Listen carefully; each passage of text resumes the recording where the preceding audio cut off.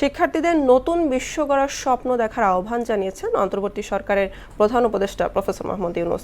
বুধবার চট্টগ্রাম বিশ্ববিদ্যালয়ের ৫ম সমাবর্তন অনুষ্ঠানে তিনি বলেন, স্বপ্ন না দেখে গর্তের মধ্যে ঢুকে গিয়ে সবকিছু মেনে নিলে কিছুই পাল্টাবে না।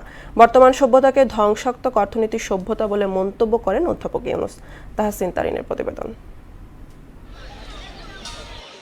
১৯৬৬ সালে প্রতিষ্ঠিত চট্টগ্রাম বিশ্ববিদ্যালয়ে ১৯৯৪ সালে প্রথম, ১৯৯৯ সালে দ্বিতীয়, ২০০৮ সালে তৃতীয় এবং ২০১৬ সালের ৩১ জানুয়ারি চতুর্থ সমাবর্তন অনুষ্ঠিত হয়। পঞ্চম সমাবর্তন অনুষ্ঠানে যোগ দিতে বুধবার বিকেলে চট্টগ্রাম বিশ্ববিদ্যালয়ে আসেন প্রধান উপদেষ্টা, যিনি ১৯৭২ সালে এখানে শিক্ষকতায় পেশায় নিজেকে যুক্ত করেন।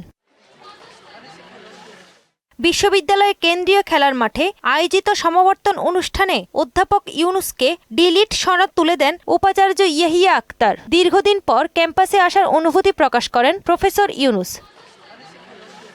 শিক্ষার্থীদের নতুন বিশ্ব গড়ার স্বপ্ন দেখার আহ্বান জানিয়ে তিনি বলেন, বর্তমানে যে সভ্যতা গড়ে উঠেছে তা ধ্বংসাত্মক অর্থনীতির সভ্যতা। সবাই চেষ্টা করব যে পৃথিবীর ভবিষ্যৎ আমাদের নিজেদের প্রত্যেকের হাতে।